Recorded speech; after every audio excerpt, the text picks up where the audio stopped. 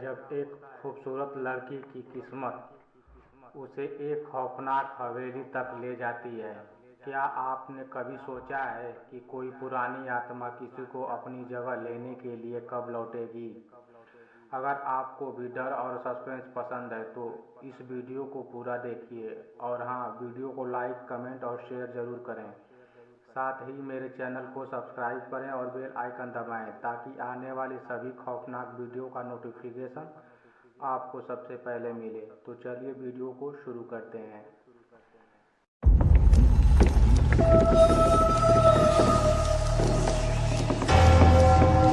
गांव भैरवपुर अपने पुराने खंडरों और वीरानों के लिए जाना जाता है।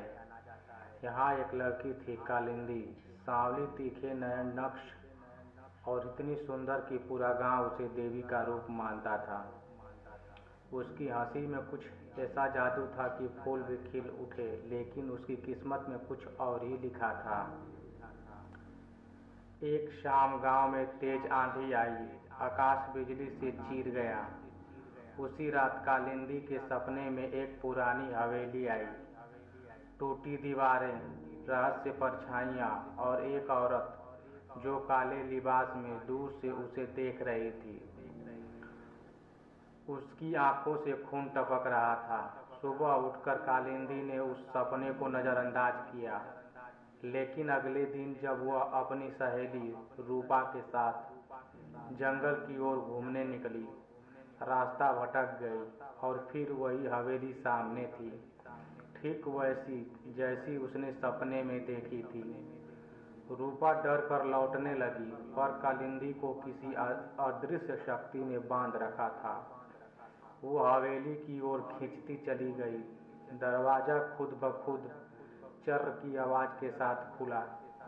हवेली के अंदर एक जर्जर आईना था। जैसे ही कालिंदी ने उसमें देखा, उसने खुद को नहीं बल्कि एक खूबसूरत औरत को देखा, ठीक वैसे जैसे वो खुद दिखती थी। पर उसकी आंखों में गहराई से झांकने पर कुछ और था। शैतान, कौन हो तुम? कालिंदी चीख पड़ी। आईने से एक धीमी पर खौफनाक हंसी गूंजी। मैं वही हूँ जो तुझमें बस चुकी है। उसी पल हवेली की दीवारें खून से लथपथ होने लगी और कालिंदी बेहोश होकर जमीन पर गिर पड़ी। जब गांव के लोग उसे अगले दिन जंगल में बेहोश पाए, वो बदल चुकी थी। अब उसकी आंखों में वही लाल रंग था जो उस आईने वाली औरत की थी। कालिंदी पहले की तरह हंसती थी, बोलती भी थी, पर गांव के बच्चे अब उससे डरते थे। रात के समय हवेली से किसी लड़की के गाने की आवाज़ आती थी, मीठी पर दर्द भरी। गांव की एक बुजुर्ग औरत दादी गौरा ने बताया, ये हवेली 100 साल पुरानी है। वहाँ एक औरत रहती थी, चंदा, गांव की सबसे सुंदर लड़की, पर उसे गांव वालों ने डायन कहकर जिंदा जला दिया था। मरने से पहले उसने कसम खाई, हर 100 साल बाद मैं लौटूंगी किसी सुंदर कन्या के रूप में। लगता है इस बार उसने कालिंदी को चुना है। अब गांव में रहस्यमयी मौतें होने लगी, जानवरों की, फिर इंसानों की। हर किसी की आंखें मरते वक्त लाल होती थी और हर कोई आखिरी बार एक ही नाम बुदबुदाता था, कालिंदी।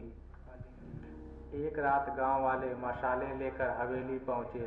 कालिंदी वहीं खड़ी थी, सफ़ेद साड़ी में, बाल खुले, होठों पर हल्की मुस्कान और आंखों में खून। मुझे मत रोको, मैं वो नहीं